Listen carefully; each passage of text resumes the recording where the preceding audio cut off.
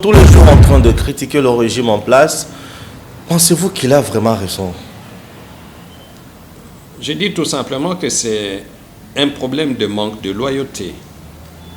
Parce que celui qu'il critique, c'est un des membres de leur coalition. Et c'est pour ça que je dis que c'est une coalition hypocrite. Aujourd'hui, tout compte fait, quelques gens du FCC soutiennent la coalition parce qu'ils en tirent profit. Ouais.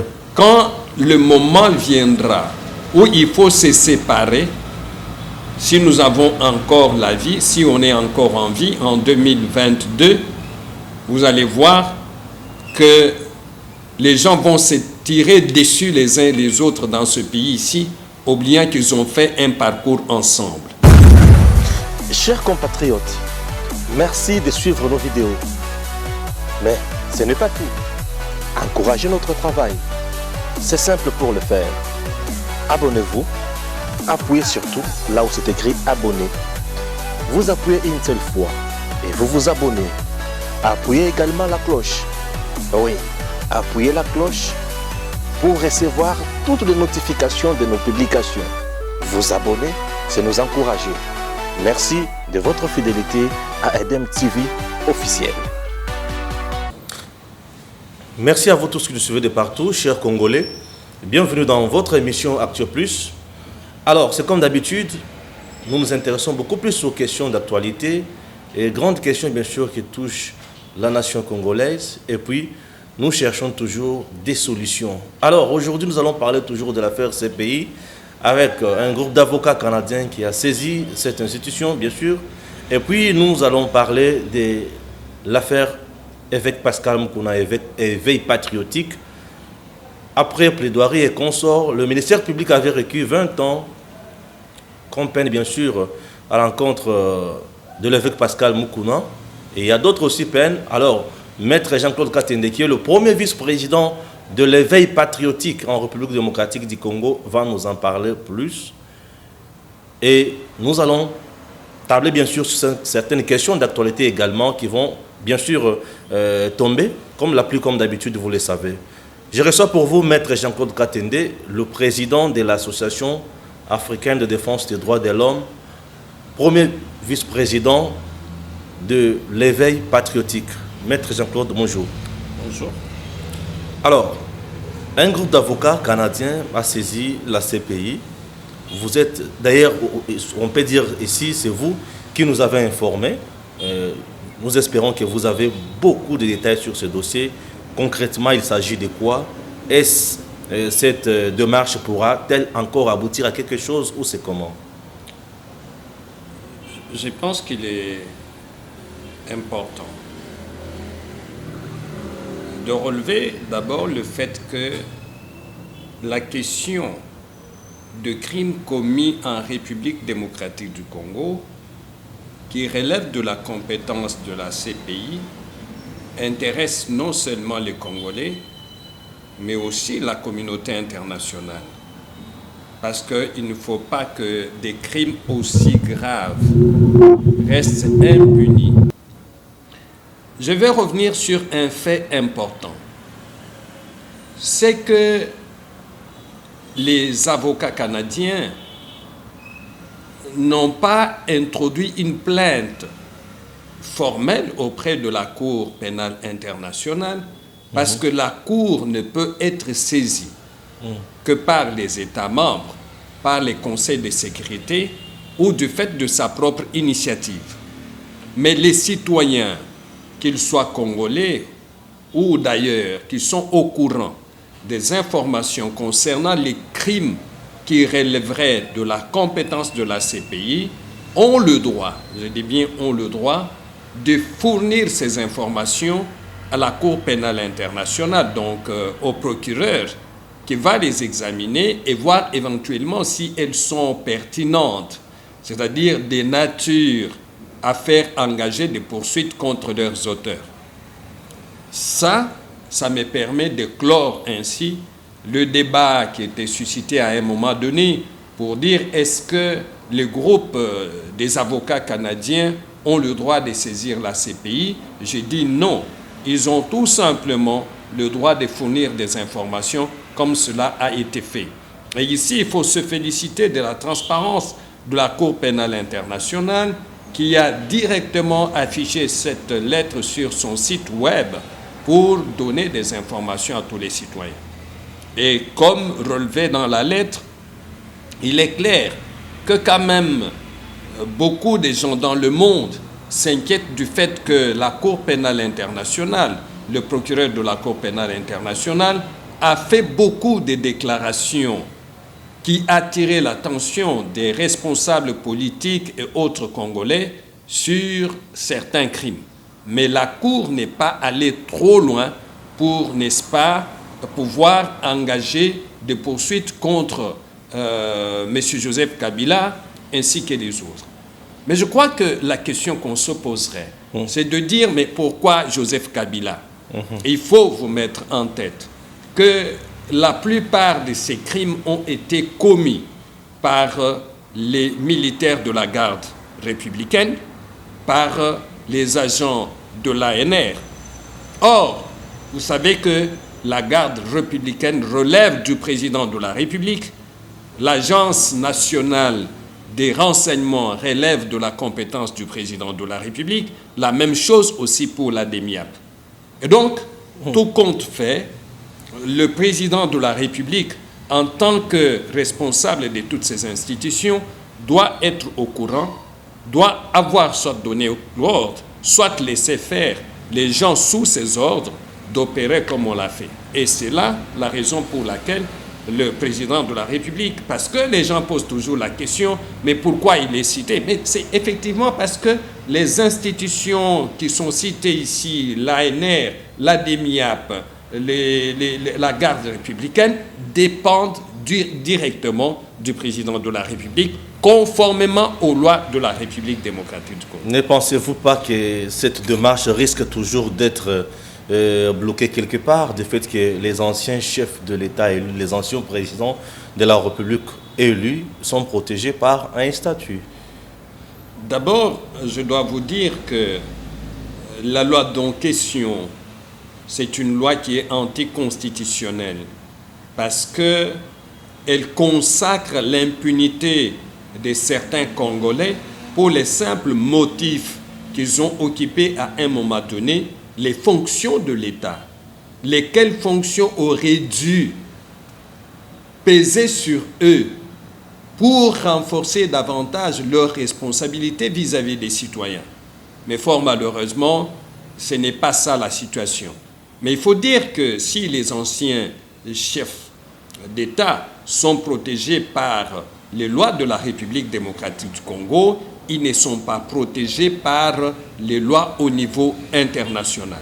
Et ici, j'en profite de cette occasion pour insister sur le fait que même la loi dont on parle en République démocratique du Congo, à son article 9, laisse la possibilité de faire poursuivre des anciens présidents de la République dans le cas où ils commettraient des crimes contre la paix et des crimes contre la sécurité humaine. Il y a aussi une autre condition. Les crimes de sang.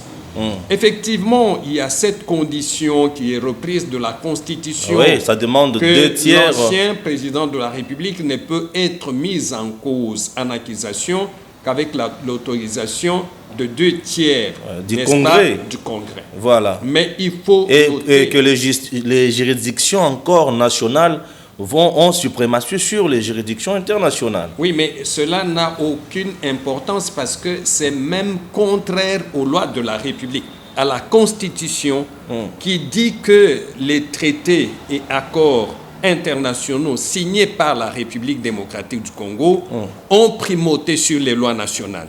Voyez-vous cette contradiction qui est en fait passée dans cette loi anticonstitutionnelle à dessein. Voyez-vous? Et j'insiste sur le fait qu'il est très important de savoir que l'histoire des nations évolue. Ils ont tout fait en 2018 pour garder la mainmise sur l'Assemblée nationale et le Sénat. Mais je ne pense pas que la situation sera la même en 2023. Parce que les Congolais ont compris que la CENI reste une institution importante dans la manipulation des élections. Et que cette fois-ci, il faut veiller pour que cette institution soit dirigée par des hommes et des femmes indépendants et compétents et surtout incorruptibles pour faire en sorte que les choix des Congolais soient respectés. Ça, c'est important. Mais les gens vont dire, comme je l'entends toujours, mais pourquoi la ZADO n'a pas initié une action contre l'inconstitutionnalité de cette loi? Nous disons qu'il y a plusieurs possibilités. La première, c'est par la voie directe, et la deuxième, c'est par la voie indirecte. Et c'est pour ça que, grâce aux dénonciations, n'est-ce pas, faites par l'évêque Pascal Mukuna, nous croyons que le parquet, près la Cour constitutionnelle, fera son travail pour inviter l'ancien président Joseph Kabila pour venir s'expliquer.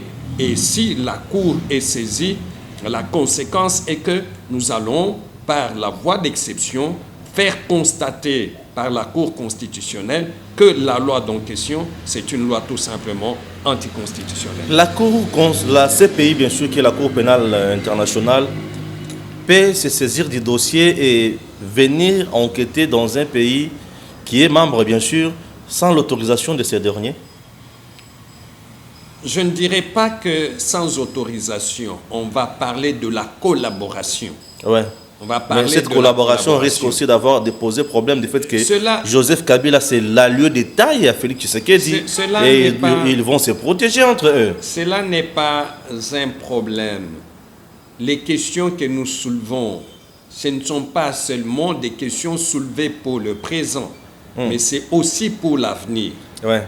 L'alliance ou la coalition entre Félix Tshisekedi et Joseph Kabila, ce n'est pas la première coalition en République démocratique du Congo, ce n'est pas non plus la dernière. Ce que nous regrettons, c'est le fait que cette coalition est maintenue en place en dépit du désaveu d'une partie de la population congolaise qui est opposée à cette coalition. Mais nous croyons qu'en 2023, il y aura d'autres forces qui vont pouvoir se révéler et vers lesquelles la population pourrait se tourner en sorte qu'il ne sera plus possible qu'il y ait alliance entre Félix Tshisekedi et Joseph Kabila. Donc nous travaillons non seulement pour le présent, mais nous travaillons aussi pour l'avenir. Donc la question de juger Joseph Kabila aujourd'hui, c'est un projet à long terme. Mais vous savez, les problèmes dans notre pays, c'est que les gens pensent que ces genres de questions, on peut les traiter en un seul jour. Il ne faut pas oublier qu'il y a eu des gens qui ont été condamnés à titre posthume. Il ne faut pas oublier qu'il y a eu des gens dans le monde pour avoir commis des faits qui ont été jugés 40 ans après.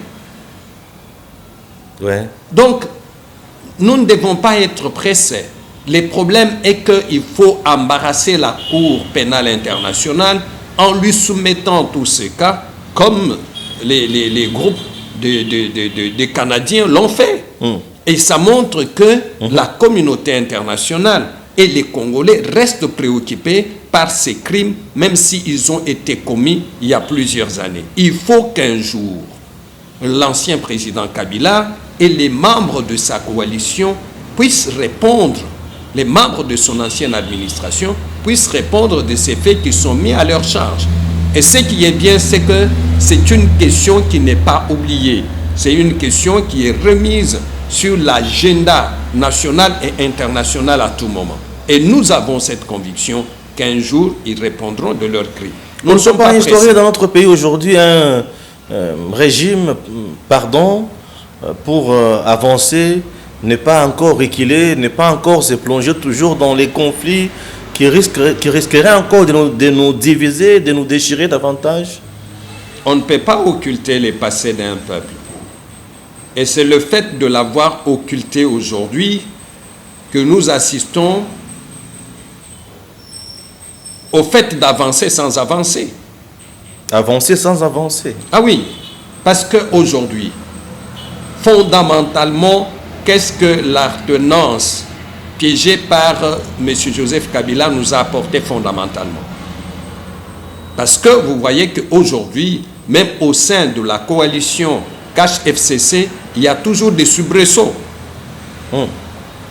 Ce matin, vous avez suivi M. André Atundou, qui s'est attaqué encore aux gens de l'UDPS, qui s'est félicité de la décision prise par la Cour constitutionnelle. On va en parler d'ici là. C'est qui montre que la justice existe au Congo, que quand les FCC gagnent, et quand les FCC ne gagnent pas, on ne croit pas dans la justice. Ça devient de l'acharnement. On combat les décisions de justice. Et donc, c'est contre cette manière de voir que nous disons que l'éveil patriotique ne souscrira jamais à une politique aussi sélective, à une politique totalement basée sur la satisfaction des quelques intouchables de l'ancien régime Kabila. Voilà. Un mot sur l'arrêt de la Cour constitutionnelle, Jean-Marc Abound débouté. Je pense que le Conseil d'État a fait sa part, la Cour constitutionnelle a fait aussi sa part. Ce que nous demandons à M. Jean-Marc Abound, c'est de pouvoir tirer des conséquences de cette question en considérant que M. Jean-Marc Abound n'est pas fini par le fait qu'il n'est plus au bureau, n'est-ce pas, de l'Assemblée nationale. C'est un politicien bien connu, avec intelligence et sagesse, il peut toujours refaire surface à d'autres occasions. Dans un tweet, on a vu l'ancien gouverneur du Kasaï, Kasaï oriental bien sûr, Ngoï Kassanji, dire, bon, c'est moqué catégoriquement à Jean-Marc Abound, l'orgueil précédent de la chute, Mawa et consorts. Je pense que les hommes politiques congolais doivent avoir un peu de dignité pour eux-mêmes et pour leurs adversaires politiques.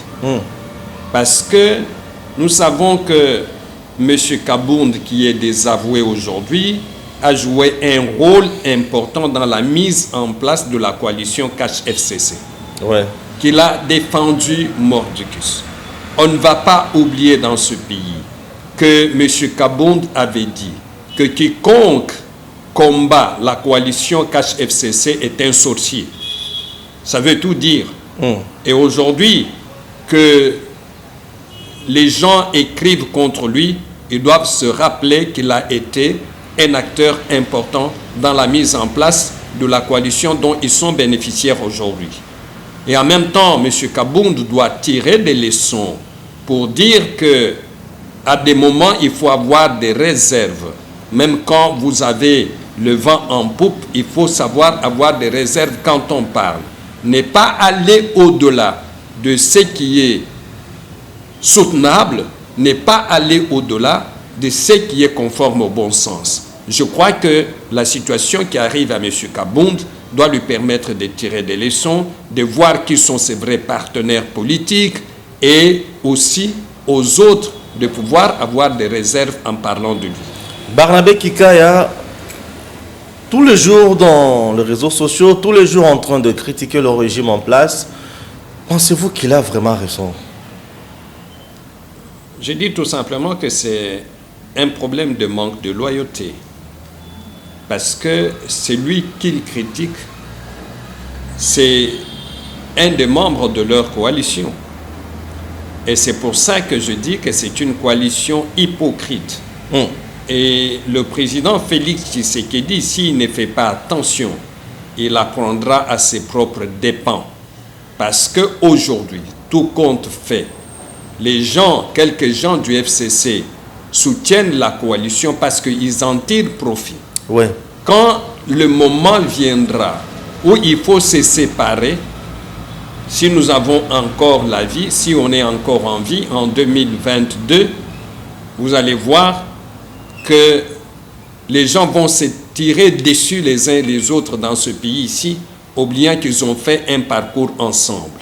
Je dis tout simplement que la coalition actuelle ne profitera pas totalement au président Félix Tshisekedi en 2023 si les choses continuent à se passer de cette façon-là.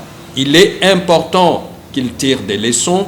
Il est important qu'il identifie ses vrais partenaires, sinon, non seulement qu'il va passer un mandat dont on ne verra pas les résultats positifs dans le changement des conditions de vie des Congolais, mais il va passer un mandat que tout le monde oubliera très rapidement.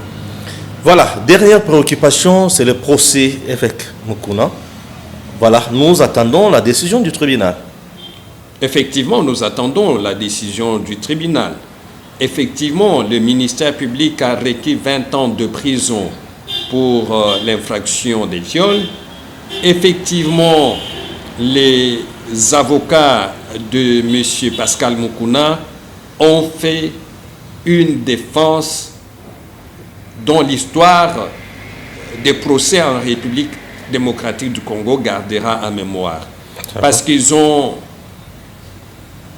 fait une démonstration qui prouve et qui a prouvé à tout le monde que non seulement les dossiers étaient vides, mais aussi que les infractions mises à charge de l'évêque Pascal Mukuna étaient tout simplement une fabrication de mauvais goût. Et nous attendons des juges, dans le respect de la Constitution et de la République, qu'ils puissent acquitter l'évêque Pascal Mukuna. Les témoins n'ont pas chargé l'évêque Pascal Mukuna. Pensez-vous que leurs témoignages peuvent aussi jouer sur ce procès, sur la décision du tribunal? Mais bien sûr, quand une partie invite fait citer les témoins et que ces témoins, en témoignant, contredisent la partie qui les a cités, entrent en confusion avec la partie qui les a cités. C'est effectivement ce qui s'est passé. Madame Chibola a été confondue par ses propres témoins qui n'ont pas confirmé un certain nombre de faits comme elle aurait voulu qu'il les fasse. Et donc, cette confusion ne peut que s'aimer le doute, cette confusion ne peut que permettre au tribunal d'arriver à la conclusion selon laquelle les faits ne sont pas établis, ni en fait, ni en droit. Très bien. Vous avez compris, chers Congolais, que nous sommes arrivés à la fin de notre émission Actu Plus avec le président de l'Association africaine de défense des droits de l'homme, Maître Jean-Claude Katende, à qui nous disons merci, Maître. Merci. Voilà, que Dieu bénisse la République démocratique du Congo, sans oublier IW, le paradis du bonheur, Gim Seloukoumou, notre réalisateur, caméraman, monteur. À très bientôt. Chers compatriotes, merci de suivre nos vidéos. Mais ce n'est pas tout. Encouragez notre travail. C'est simple pour le faire. Abonnez-vous. Appuyez surtout là où c'est écrit abonner. Vous appuyez une seule fois et vous vous abonnez. Appuyez également la cloche. Oui, appuyez la cloche pour recevoir toutes les notifications de nos publications. Vous abonner, c'est nous encourager. Merci de votre fidélité à Edem TV officiel.